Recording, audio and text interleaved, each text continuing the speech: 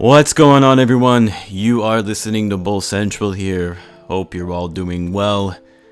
Well, I don't know if we can really be doing well after the game we just witnessed, so I wasn't planning on coming and doing an upload tonight, and was just going to do a post-game video tomorrow, especially after seeing that this was apparently, or at least it looked like it was going to be a blowout.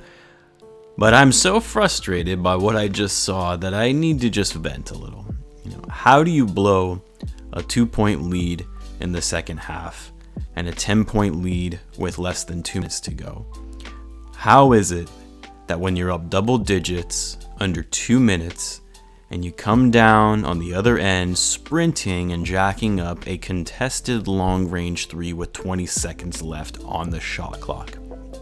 And yes, I am referring to Zach Lavine. How do you make careless turnovers so late in the game, like making an offensive foul on an inbound play where you have the ball? That wasn't Lavine, by the way, just saying in general. How do you shoot 47% from the field, 45% from 3, and still lose the game? Oh yeah, it might be the 24 turnovers. 24 turnovers, and that's the second time this team has done it this season. Remember, they commit the most turnovers, more turnovers than any other team in the league. Now, guys, I get this is a young team, and mistakes are going to happen. Mental lapses will occur down the stretch. That comes with the territory of being a young team. I get that. But you know who's also a young team? And the Oklahoma City Thunder. And they showed up tonight and balled in the second half. And they didn't even have Al Horford, their veteran. This loss was inexcusable. There's no other way to put it. The first half was great. Even the start of the third quarter was great. Hell, even in the fourth, they started pulling away. But just a complete meltdown in those last minutes. And guys, it starts with Lavine. Poor shot selection. Bad turnovers. We've seen this from him the last 4 games now. And I've had a lot of you guys in the comments calling me a Zach hater, and I even had one guy say that I lose all credibility with my Zach hating. First of all, I do give Zach a lot of praise. I just have very high expectations from him. But Zach hating or not, he is our best player. And by the way, he doesn't get as much of a pass like some of these young guys because Zach is 25 and he's been in the league for 7 years now.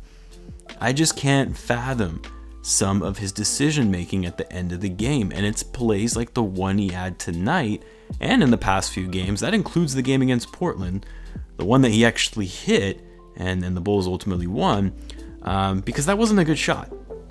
Anyway, I really don't get it. I don't know how Billy Donovan hasn't chewed him out by now for his play down the stretch.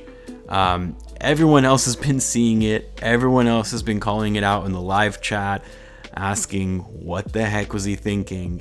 Kill some clock, my man. Set up a play. Stop trying to play hero ball, especially when you're ahead, so you can get just a few extra votes for the All-Star game. Don't play that hero ball. Play smarter basketball. You're better than this. You're an incredibly gifted athlete.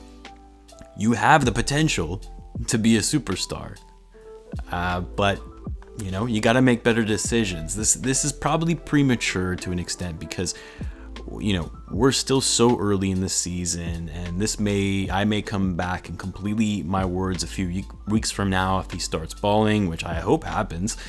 But I'm saying it now. He isn't the guy we should be building around. He can be a good number 2 or number 3 piece for the Bulls if you can get a star level player added to the team, but you don't build around Lavine. Because this is Lavine's 7th season in the league. He's got a good coach now, and if you still can't figure it out, it's unlikely that he will. The stats don't lie. The Bulls are more successful when Zach is shooting the ball less and when he scores below 30 points. I don't know how the coaching staff and front office don't have a chat with him, because it's clearly an easy fix when you have the number staring right at you. Zach had the worst plus minus tonight. He was minus 14. I don't particularly like that stat because it disadvantages players that, play more in the game. And when you lose in a game, it's going to not favor you as a result. Now keep in mind, I'm heated at this loss, so take what I'm saying about Zach for what it's worth.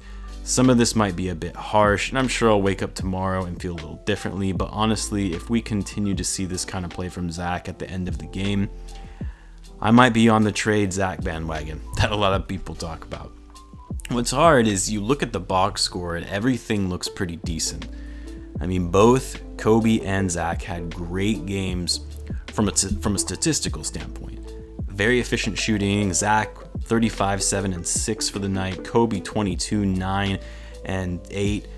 But they also combined for 10 turnovers. Markkanen looked decent in his first game back, but he also struggled with his shooting a bit. He was at 16.6 rebounds for him. Patrick Williams, another solid night for him. 14 points on 5 for 7 shooting. 7 rebounds and 2 blocks. Wendell actually had a decent game as well. He was 16 and 11. The bench was pretty meh tonight, so that didn't really help for the Bulls. But the Bulls have just got to take care of the ball. They have to stop turning the ball over because everything else on paper looks great until you see their turnovers. And that starts with Coby White and Zach Lavine. They're 2 primary ball handlers. Anyways, guys, that's probably enough venting from me. Let me know how you guys felt. We can all vent together in the comments. Take care, everyone, and I will catch you guys in the next one.